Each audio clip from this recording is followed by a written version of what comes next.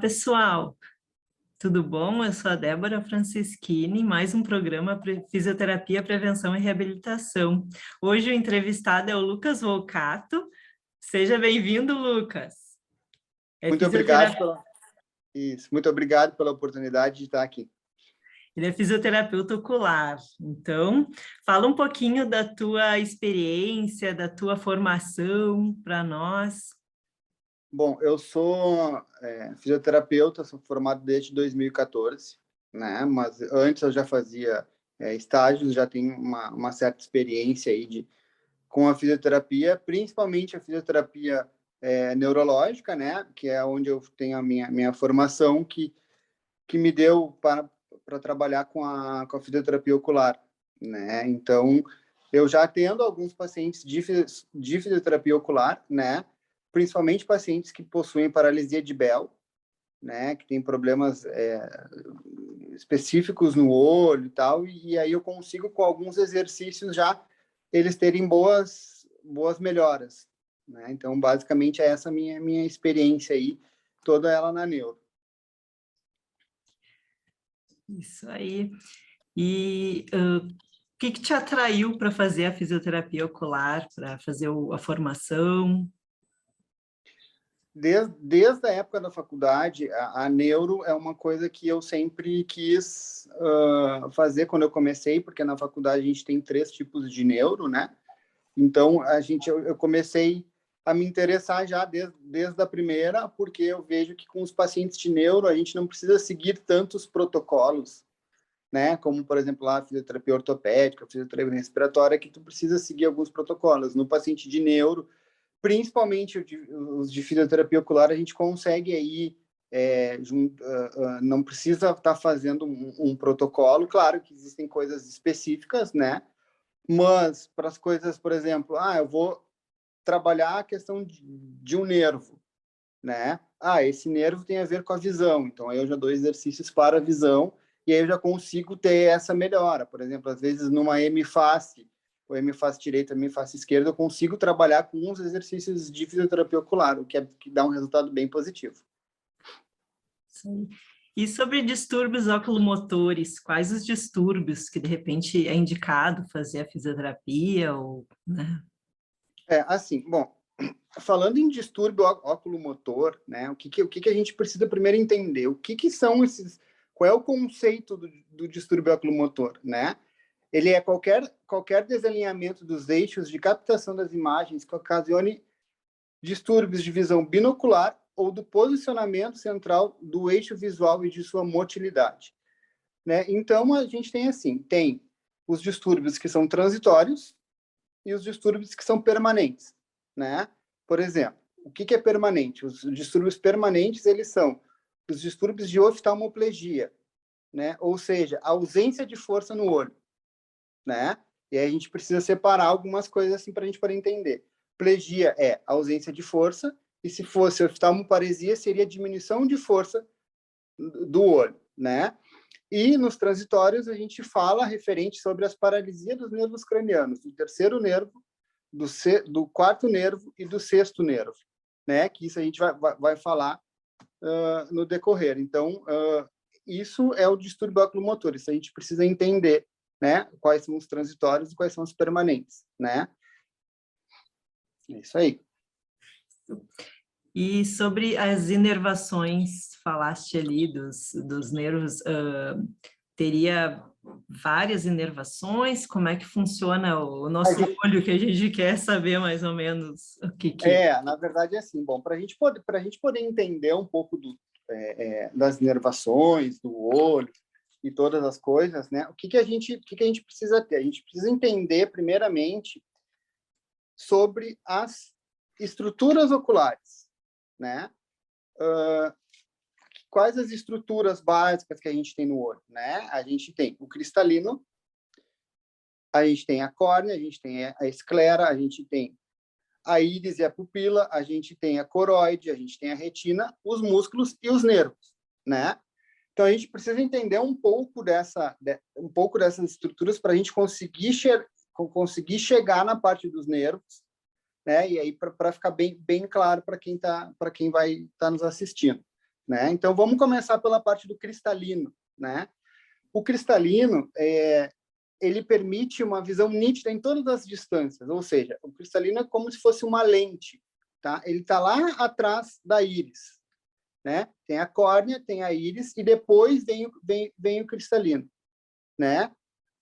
Então, o que vai acontecer? A gente tem duas coisas, na verdade, duas coisas não, a gente tem uma coisa que é chamada de convergência, tá? O que significa isso? Por exemplo, eu estou longe do meu notebook aqui olhando, ou seja, o cristalino ele vai ficar mais gordinho, tá? Aumentando, e aí ele vai aumentar essa convergência.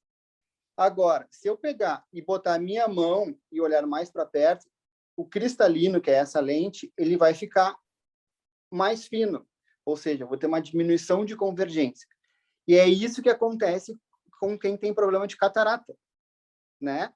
Na catarata, o que ele vai fazer? Ele vai tirar essa lente do cristalino e vai repor uma outra, porque na catarata existe aí uma diminuição do foco dessa visão. Então, por aí é a dificuldade. Então, o médico vai acabar fazendo essa retirada e colocando uma lente nova para justamente não perder essa convergência, né? E também tem a ver com a questão de começa a ter a vista cansada. E aí, assim, uma coisa que eu acho que é muito importante, a gente falar também sobre a questão de idade, né? De quando que a gente vai no oculista, de quanto em quanto tempo. Então, assim, algumas teorias dizem que a partir dos 40 anos, a pupila, na verdade, esse cristalino, a visão começa a ficar mais cansada, né? Quando a gente fala em vista cansada, o nome de vista cansada, para todo mundo entender, se chama presbiopia, ou seja, nada mais é do que vista cansada. É só um nome mais bonito técnico. para a gente dizer. Então, assim, antes dos 40, a gente pode ir uma vez por ano no hospital, tá? Depois dos 40, o ideal é a gente ir 2 vezes por ano, porque depois dos 40 a nossa vista ela começa a ficar mais cansada, começa a ter aqueles desgastes que a gente chama, e a vista começa a ficar mais cansada. E aí, para ele, até porque hoje em dia, inclusive no tempo de pandemia, o que a gente ficou frente de um computador, trabalhando frente do celular, e às vezes horas, e não ter um tempo de descanso, isso também prejudica bastante, né?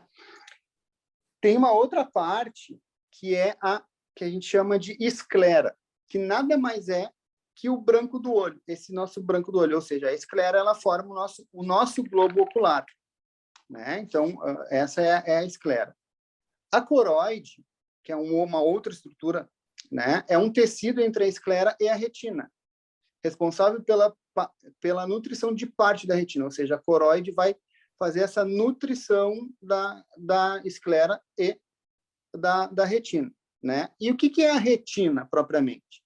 Ela é extremamente vascularizada, né? Envolve internamente o globo ocular.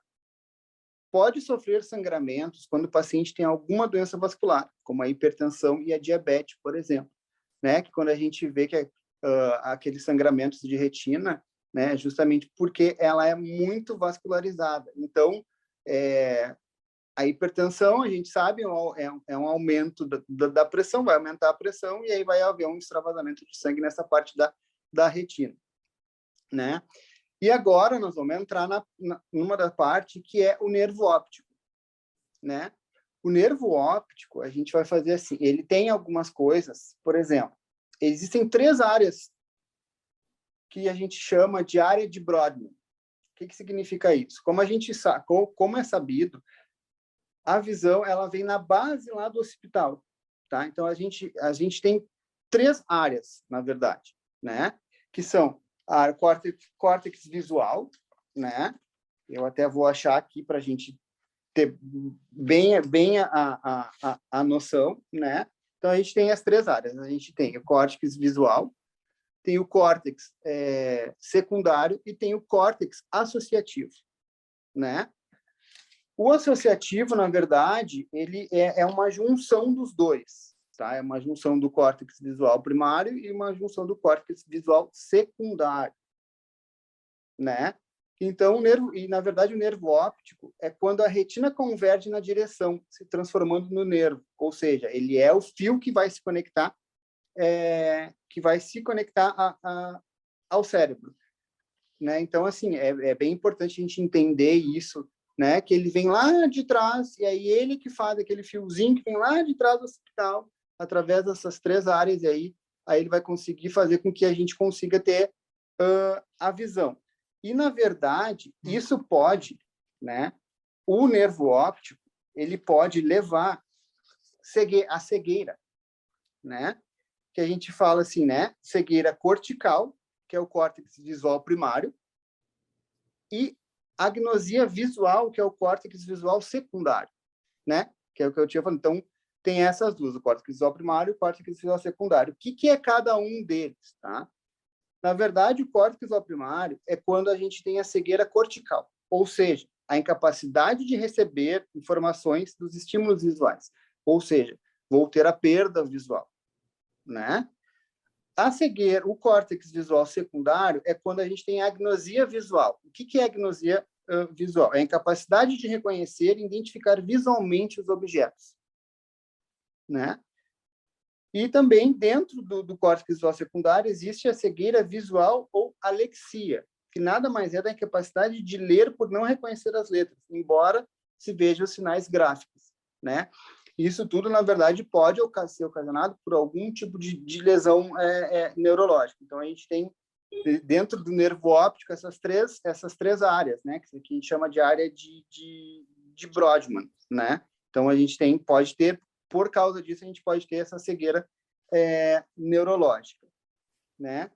E mais algumas outras áreas, estruturas oculares que a gente tem também, né? Que a gente vai falar um pouco agora da córnea, que é a parte anterior ao globo ocular.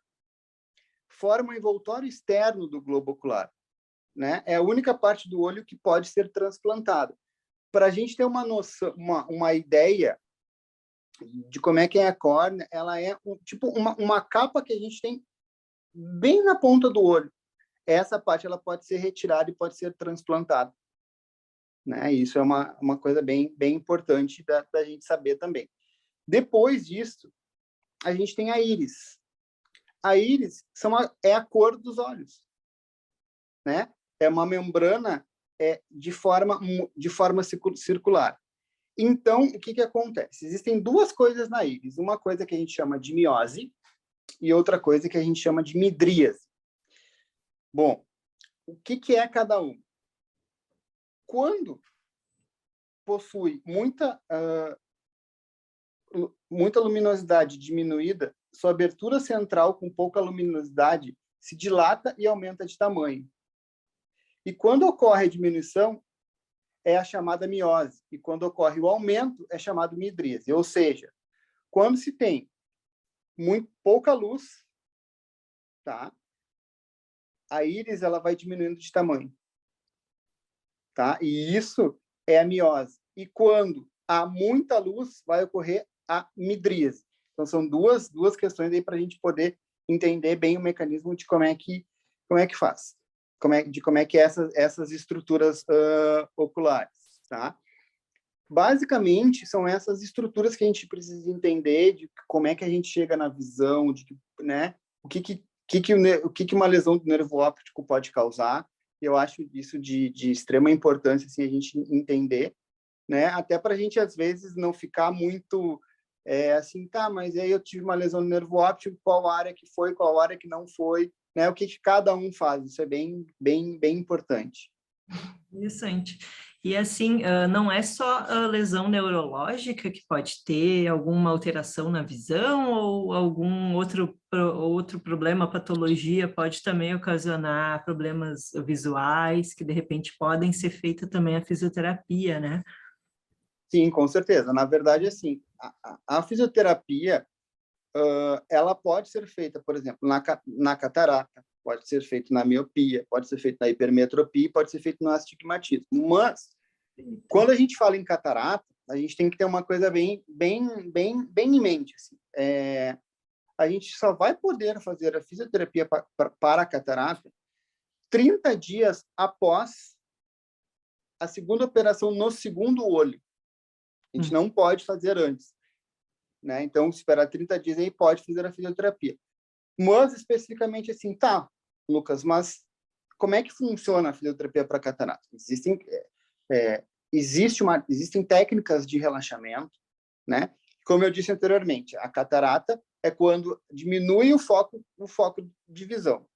Diminuindo o foco de visão, a gente vai poder começar a fazer técnicas de relaxamento, né? Por exemplo, técnicas de relaxamento que a gente pode fazer. A gente pode pegar a nossa mão, colocar aqui, fazer sempre movimentos circulares e o movimento lá para cima. Ó, eu fiz o movimento da direita lá para a esquerda e puxei. Ou seja, ele vai abrir o olho, né? Porque quando a gente tem catarata, a gente tem aquela diminuição da luz, né? Então, a gente pode começar a fazer essas técnicas de relaxamento. Principalmente aqui, pálpebra. Aqui embaixo, também, né? Na parte orbicular, fazer a massagem. Abrir o olho. Parte lateral, a gente pode fazer, né? Então, essas técnicas de relaxamento para catarata que a gente pode fazer. Miopia, a mesma coisa. Astigmatismo, a mesma coisa. E a hipermetropia também. A gente pode estar trabalhando também, por exemplo, parar um pouco de... eu fiquei 2 horas no computador, minha vista começou a estar cansada. Pode ir lá, 5 minutos, fazer essas técnicas de relaxamento. Pode fazer alguns exercícios para o olho, por exemplo, pegar uma caneta, ó, a gente pega uma caneta, vai para frente e puxa para trás. Para um lado e volta para o meio e para o outro e para baixo. Isso, na verdade, vai ajudar na questão de relaxar, né? E aí a gente vai acabar não tendo mais a vista cansada. O ideal é a gente conseguir fazer isso a cada 2 horas, né? Na frente do computador. Inclusive, hoje eu fiz, porque eu fiquei muito tempo no computador, então hoje eu já aproveitei um pouquinho, né, para fazer. Interessantíssimo.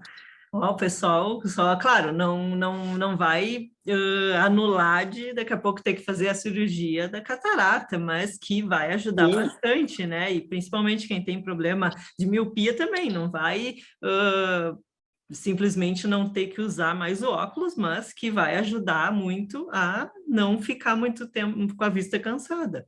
E também Exatamente. vai ajudar bastante, né? Com certeza. Interessante. E sobre a oftalmoplegia, o que acontece? Na oftalmoplegia, ela é, na verdade, o que é a oftalmoplegia? Ela é uma desordem nos movimentos dos músculos do olho, tá? Normalmente, tá? As causas mais comuns, tá? Esclerose múltipla, infecções, deficiências nutricionais, exposição a toxinas, diabetes e lesões cerebrais, né? Essas patologias ela pode estar ocasionando essa oftalmoplegia, né? E aí, para a gente ter uma ideia, quais são os sinais e sintomas, tá? Paralisia total ou parcial dos músculos oculares, que nada mais é do que a diplopia. O que aí, quando a gente pega e fala, pô, é um nomezinho, né, bem difícil de a gente entender. Mas a diplopia nada mais, ela se divide em duas, em monocular e binocular, tá? Qual é a diferença disso? E aí eu vou explicar também como é que a gente consegue diagnosticar quando se tem a diplopia, né?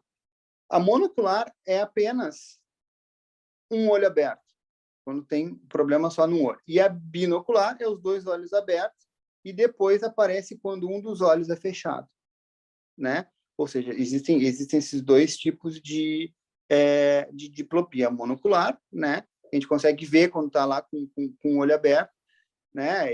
O oftalmologista ele vai acabar vendo dessa forma, né? Então isso é bem interessante da gente entender. E tem uma outra que a gente chama, que até agora eu vou tentar me lembrar do nome dela, que é a blefaroptose. É um nome bem difícil da gente dizer, né? A blefaroptose, que também é um dos sinais de oftalmoplegia, ela é adquirida ou congênita. Bom, falando da forma congênita, a gente vai conseguir ver ela no nascimento ou no primeiro ano de vida, a blefaroptose, né? Ela é presente do nascimento ou diagnosticada no primeiro ano de vida. E a blefaroptose adquirida é quando a gente tem alguma alteração anatômica, neurogênica, mecânica ou traumática, né? Então, a gente tem isso tem essas lesões quando a gente fala de blefaroptose, né? E outra coisa que também é importante também sobre a oftalmoplegia é midríase. A midríase é um dos sinais quando é aquele aumento da luz lá, quando a gente falou da íris, da pupila, né? Então, é isso que acontece, né? Então, assim, e outra, paralisia de acomodação, tá? É quando a gente está com o olho, ele já começou lá a se acostumar. Então, vai acabar tendo uma paralisia, ou seja, aí vem lá, astigmatismo, hipermetropia, miopia, e tem basicamente essas coisas, né? Então, para a gente ver, assim, a oftalmoplegia não é uma causa, assim, uma única causa, ou seja, várias coisas podem ter. Por isso é importante ir no oftalmo. É importante. E a oftalmoplegia, ela não, a pessoa ainda enxerga, ou ela bloqueia a visão?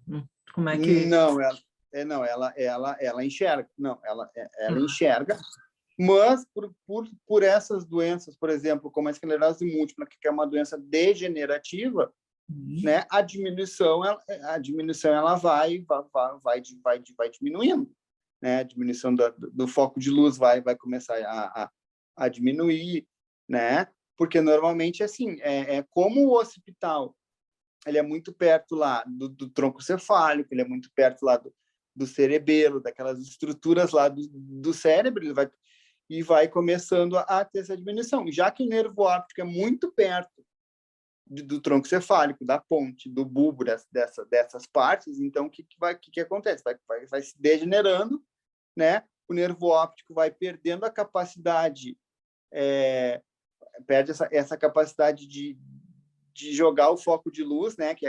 Né? Para a retina, para a pupila, né? E aí vai começando a ter essa diminuição. E aí, quando a gente vê, por exemplo, pacientes com esclerose múltipla, eles começam a ter a vista mais cansada, eles começam a ver mais com o olho mais baixo, né? E aí, até para poder ler, eu tive pacientes com esclerose múltipla que eles tinham que fazer, às vezes, exercícios muito perto do espelho, porque eles não conseguiam enxergar, né? E como é uma doença degenerativa, e aí acaba tudo acontecendo. E, na verdade, tudo é lá pela base do hospital. A gente da base do hospital, a gente vem lá, tronco cefálico, ponte, bulbo, cerebelo, essas estruturas todas aí, e aí ocasionando essa degeneração, né? Nós continuamos enxergando. E como é que é feita a anamnese, na avaliação? Como é que tu avalia um paciente quando chega no teu consultório? Na verdade, eu acabo avaliando eles assim. A gente tem que, por exemplo, vou dar um exemplo bem prático que eu tive. Um paciente agora que ele teve uma neuralgia do trigêmeo, ou seja, a gente sabe que o nervo trigêmeo ele vem da testa aqui, ele se ramifica até a ponta do nariz e por baixo aqui no queixo, né? Então ele é em 3 partes. Como é que eu assim não descobri, mas como é que eu fiz para diagnosticar, né? Obviamente, a gente precisa sentar com o paciente para poder entender quais as lesões que ele teve, que tipo de se teve alguma lesão, se teve algum trauma. Eu, neste caso da neuralgia do trigêmeo, o que aconteceu? Ele bateu o carro e na batida do carro o airbag bateu e lesionou o nervo trigêmeo. né? Então, o que aconteceu? Ele acabou, por causa disso, tendo uma midríase. Por quê? Porque o olho dele ficou mais baixo, né? E aí, em cima, na pálpebra, aqui em cima, ficou roxo. E aí eu comecei, a partir disso, eu fui avaliar ele, e aí a primeira coisa que eu faço, e que é interessante todo mundo fazer, é o paciente se olhar no espelho e a gente conseguir mostrar. Tu tá vendo que esse teu olho tá mais baixo, né? Tá vendo que esse teu olho tá um pouquinho mais roxo. Aí ele começou a perceber, né? E aí eu disse assim, agora tu bota o óculos. Ele é um paciente que tem uma hipermetropia, né? Que deveria fazer as técnicas de relaxamento, aquelas que eu falei anteriormente, né? Então, o que acontece? Eu mandei ele botar os óculos. Ele pedi para botar os óculos, ele teve uma diminuição de força do lado direito. Diminuição de força, ele não conseguiu abrir totalmente, enquanto que o lado esquerdo ele abriu totalmente. Então, a partir disso, sabendo da história dele, do que teve, né, eu consegui fazer aí um tratamento bem adequado para ele, né? Ele fez lá 10 sessões de fisioterapia, melhorou, né? O olho ele conseguiu abrir de novo, né? E ele teve muita perda de sensibilidade. Isso é uma coisa que também precisa ser cuidado. E aí uma dica que eu dou para todos os meus pacientes: comecei a sentir sensibilidade de qualquer lado lá no olho, vai procurar um oftalmologista para ver qual é a causa. Se a tua visão tá mais acomodada, se tu tá muito tempo na frente de um computador, também essas coisas acabam implicando. Mas, para fazer uma anamnese bem feita, nada melhor de a gente mostrar o paciente no espelho, que é uma coisa que eu gosto muito de fazer quando os pacientes chegam. Normalmente chegam já lá com paralisia de Bell, com blefaroptose, com, né, com catarata, enfim, normalmente chegam assim, né? Interessante. E crianças que ficam muito tempo no celular, na tela do computador, videogame, o que prejudica e o que de repente eles podem fazer, os pais, para de repente diminuir um pouco as, né, lesões que podem causar nas crianças? Na verdade, assim, isso é um grandíssimo problema de hoje em dia das crianças, porque hoje em dia é tudo tablet, é tudo celular, é tudo televisão, enfim, né? Então, assim, uma das coisas que pode fazer por exemplo, ter aquela questão de ficar 2 horas. 2 horas. Principalmente, e não ver celular no escuro. Isso é uma coisa muito importante, não ver no escuro, porque daí tu vai acabar fazendo, que nem eu estou fazendo aqui agora, estou fazendo essa diminuição aqui. Então, já vou começar com a vista cansada.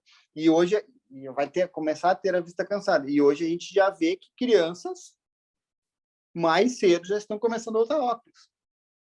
Né? E isso é um problema muito grande, muito recorrente. Então, o que dá para fazer por exemplo, a brincadeira da caneta, né? De puxar. Uma coisa que também ajuda bastante o ideal é a gente sentar em torno de 2 metros da frente de uma televisão. Por exemplo, tem crianças que ficam lá na frente da televisão, lá vidradas. Não, 2 metros para trás, né? Porque daí tu vai começar a trabalhar o olho, porque se tu fica muito tempo na frente assim, tu perde um pouquinho da convergência, ou seja, tu não consegue abrir os olhos, não abre o teu campo de visão. Quando tu fica mais longe, tu consegue abrir todo o campo de visão e a tua vista não vai ficar cansada, né? Tá no computador, bota uma luz, eu tô com uma ring light aqui em cima, por exemplo. Então, para quê? Para ampliar o meu campo de visão, porque senão ia ficar muito escuro, eu ia estar tentando te enxergar assim. Então, esses cuidados que precisam ter, diminuir esse tempo do celular, ou, tô lá estudando, tô lendo, bota sempre com uma luz, né? De preferência sempre do lado esquerdo da que a gente está. Isso também é uma coisa bem importante. E também, assim, as técnicas de relaxamento é importante a gente fazer nas crianças, para elas começarem a se habituar para não ter já o problema de visão muito cedo, né? Que é o que acontece, né? Não, a modernidade, ela ajuda, mas também está atrapalhando um pouco quanto a isso, né? Então, muito obrigada, Lucas.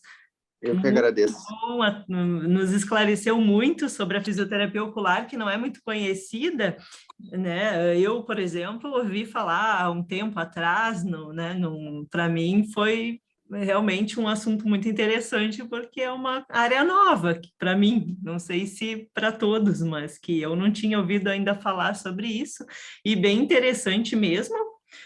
E te agradeço, muito sucesso para ti. Certo. Se tiver alguma Assim, dúvida, pode, de repente, pelo Instagram, tirar dúvida com o Lucas Volcato. isso, pode me seguir lá nas minhas redes sociais. E eu tenho uma empresa de fisioterapia que, inclusive, eu atendo, que é a @Volcato Fisioterapia no Instagram. Muito. Né? Podem me achar por lá, quiser tirar dúvidas, né? E espero poder ter vários colegas que gostem dessa área da fisioterapia ocular aí, né? Porque hoje a gente consegue perceber que tem muita gente aí com problema de visão e às vezes não sabe nem quem procurar, como fazer, que técnicas fazer, o que procurar, né? Então, quem quiser tirar dúvidas, só me seguir lá no Instagram, estou inteiramente à disposição. Muito obrigada, então. Eu que agradeço. Certo, pessoal, muito obrigada. Então, até o próximo programa, tá bom? Tá Tchau, bom. tchau. Tchau.